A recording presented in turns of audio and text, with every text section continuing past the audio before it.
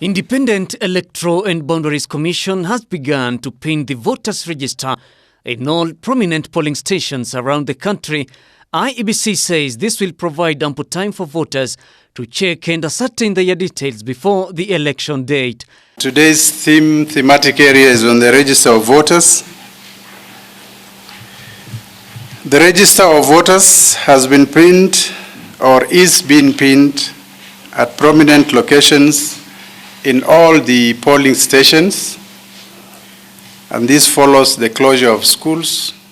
This therefore means eligible voters are encouraged to check and ascertain their details in preparation for voting on August 9th, 2022. At the same time, Iebc said it has released toll-free numbers that are ready for Kenyans to call and get any verification over the voters' register. The numbers 1543 and 1544 will be used for this electioneering period. The Commission has established 2 toll-free lines,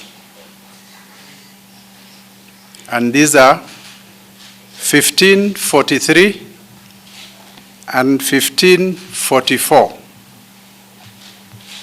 The public, the general public, all voters are encouraged to call these 2 numbers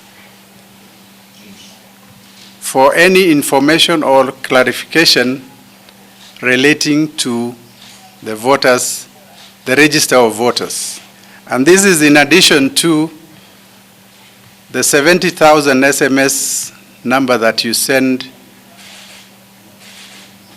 your ID number, hash, and year of birth.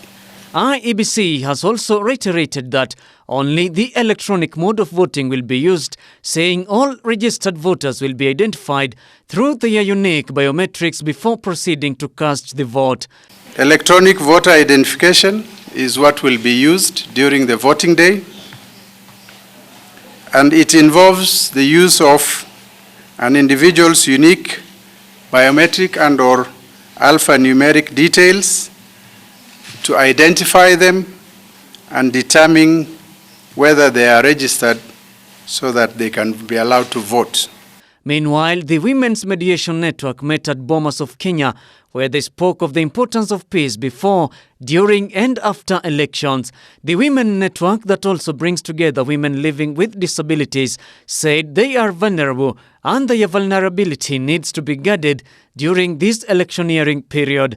I stand here to say we as persons with disabilities and women with disabilities in particular, of whom I represent in the Women Mediation Network of Kenya, we would want peaceful election.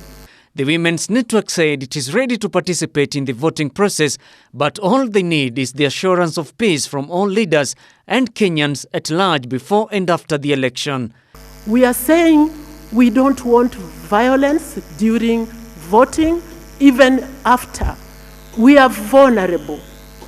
We would want to be counted that we have democratic right to choose our leaders, that we are respected, there is inclusion, and we are acceptable that we can vote in any manner of our abilities, and that thereafter, because of our dependencies, we can also sit peacefully at home and wait for good outcome as the Lord gives. The network met at the Bomas of Kenya. Kind of Stefano, Ebru TV.